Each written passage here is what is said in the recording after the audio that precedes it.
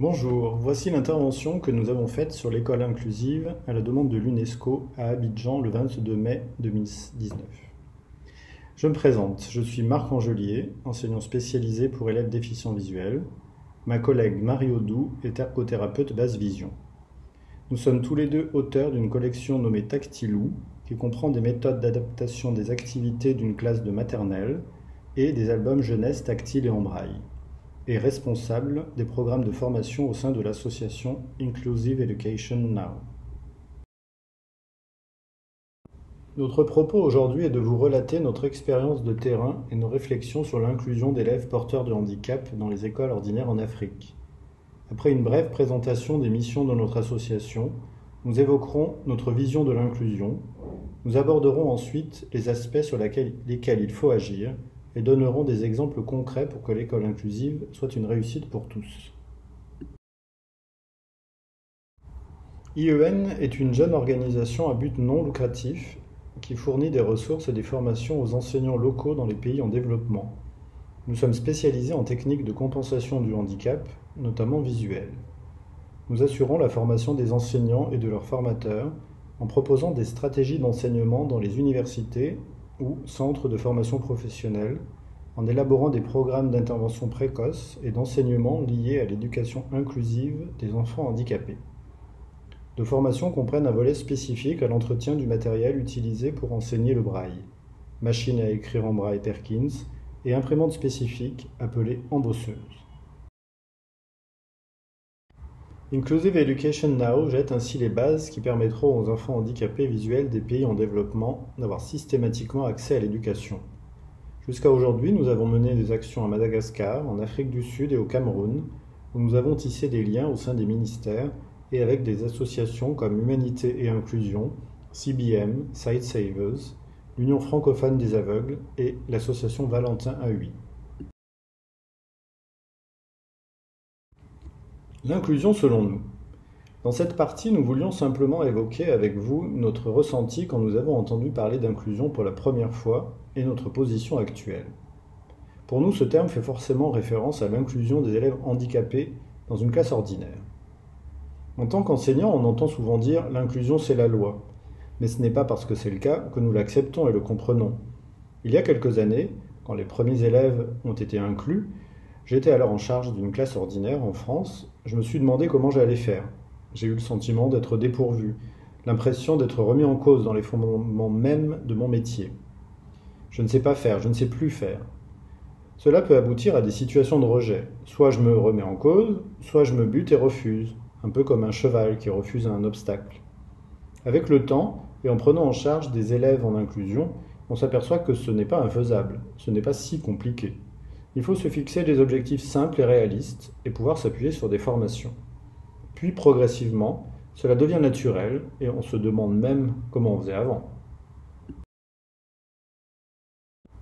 Dans ma pratique d'ergothérapeute, j'ai pu constater que les réticences des enseignants et des parents viennent d'une peur du handicap liée à une grande méconnaissance.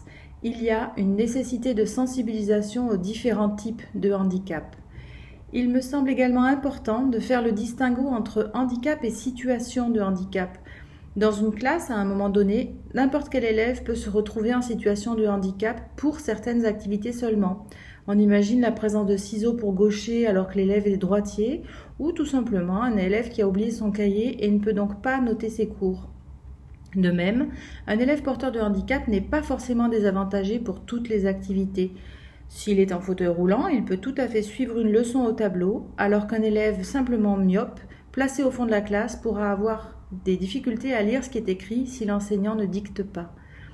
Je trouve que le texte suivant, issu de la déclaration de Salamanque de l'UNESCO en 1994, illustre bien la diversité des élèves et de leurs besoins.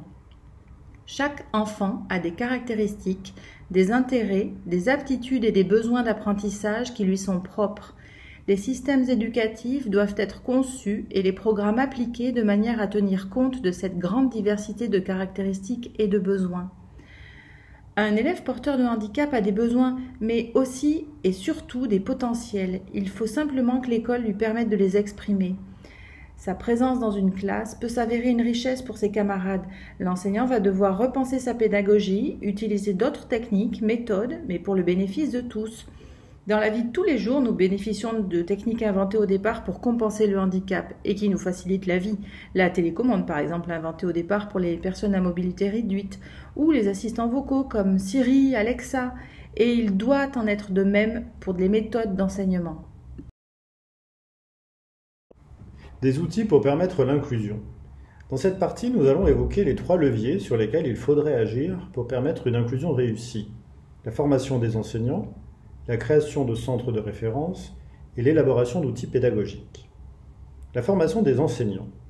Des formations initiales et continues avec des modules spécifiques au handicap sont primordiales.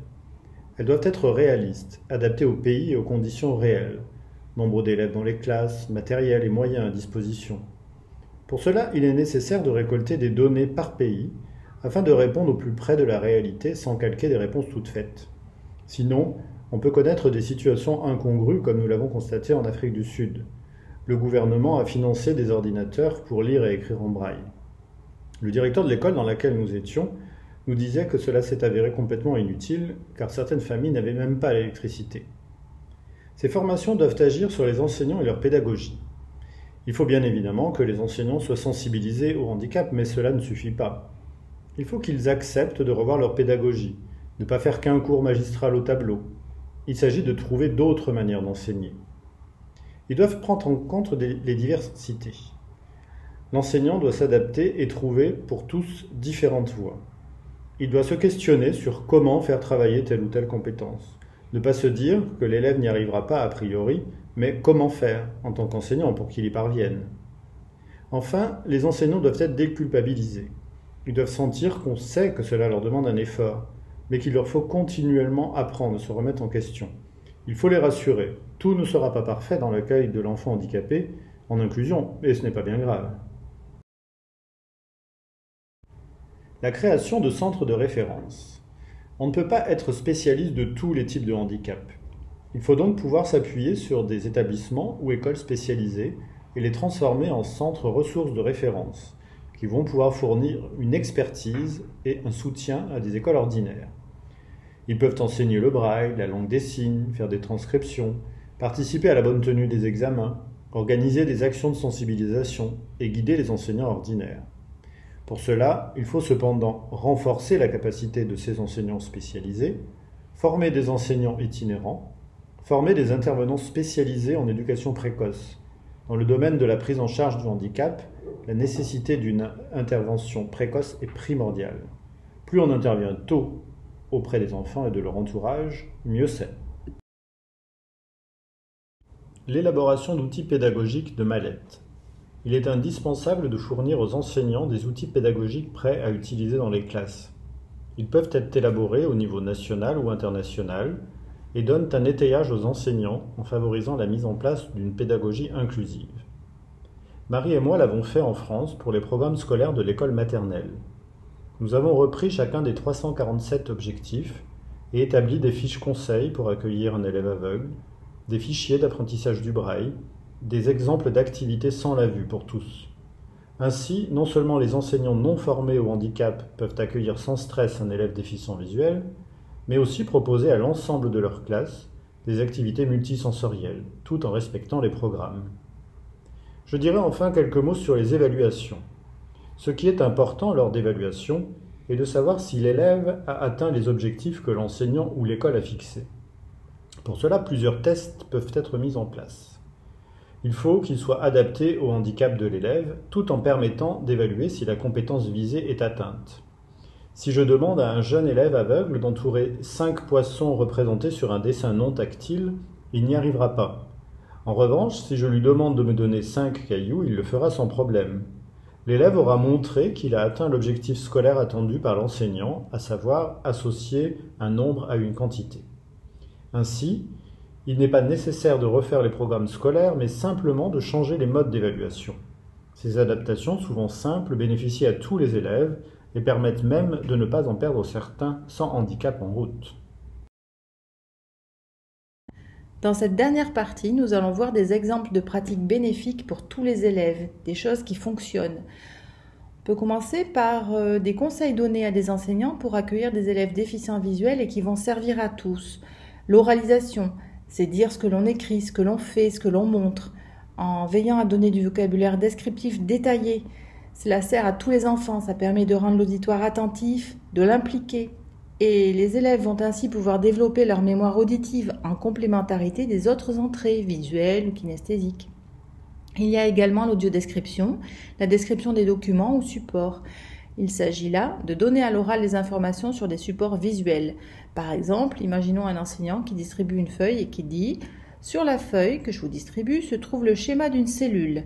Il s'agit d'une forme globalement ronde, entourée d'une membrane fine, au centre de laquelle se trouve le noyau, lui aussi de forme ronde. Le noyau fait à peu près 1/10 de la taille de la cellule. À l'intérieur de cette cellule se trouve le cytoplasme. » Toutes ces informations vont permettre à l'élève déficient visuel d'avoir des repères et de pouvoir comprendre et suivre le cours. Mais ses camarades vont eux aussi bénéficier de toutes ces informations complémentaires. Pouvoir décrire un document, c'est savoir en retirer les éléments importants, partir du général vers les détails.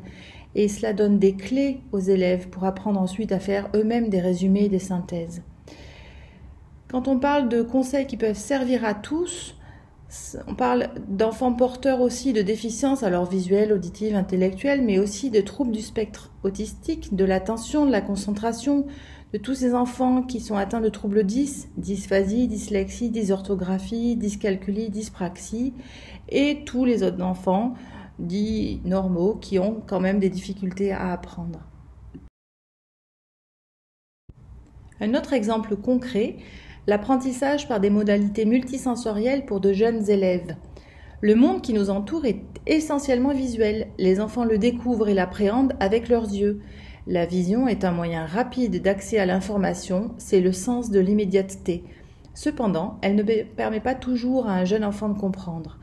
D'autres sens, d'autres modalités d'apprentissage facilitent une exploration constructive, une meilleure compréhension et intégration des savoirs. Le sens du toucher, par exemple, bien que plus lent, est lui personnel, intime. Il fait sentir, ressentir. Il permet alors d'apprécier, d'intégrer, d'assimiler en profondeur. Le toucher et la manipulation d'objets apportent des informations supplémentaires à la vue. Un apprentissage multisensoriel est bien plus efficace et durable. Toutes les modalités sensorielles, tactiles, visuelles, auditives, proprioceptives, kinesthésiques, se complètent et renforcent la compréhension et la mémorisation. Nous avons écrit des livres tactiles et conçu puis testé en France, au Cameroun et à Madagascar une méthode qui se base sur un apprentissage multisensoriel pour les plus jeunes. Elle permet de travailler les objectifs scolaires avec du matériel peu onéreux, comme des objets du quotidien, de récupération, en bricolant. Pour terminer, deux objets très simples qui permettent cet apprentissage par des modalités multisensorielles. La boîte à œufs, appelée aussi alvéole, elle va nous permettre de travailler toutes les activités de tri d'objets par matière, par forme, par taille, la motricité fine, les préhensions, que ce soit manuelles ou avec des pinces, et puis aller jusqu'à des concepts mathématiques, le comptage, le dénombrement, les correspondances terme à terme, les suites, les rythmes, les tableaux à double entrée et les quadrillages. La planche à clous, elle permet d'aborder des notions d'espace et de géométrie, de manipuler des formes, et ça va être une étape importante intermédiaire entre les formes en 3 dimensions, formes globales que l'on peut toucher, et leur représentation sur papier. En conclusion, une citation de Tahar Ben Jelloun, « La nature crée des différences, la société en fait des inégalités. » Et pour surmonter ces inégalités, il faut avoir une politique d'intervention et de prise en charge précoce du handicap, rassurer les enseignants et les parents en les sensibilisant et les formant, combattre les préjugés. Non, ça ne revient pas plus cher d'inclure. Oui, les enfants handicapés ont des potentiels, ils peuvent suivre une scolarité ordinaire et l'inclusion à l'école c'est possible, utile et bénéfique à tous. Nous vous remercions de votre attention. Work with us, we have experiences for best practices.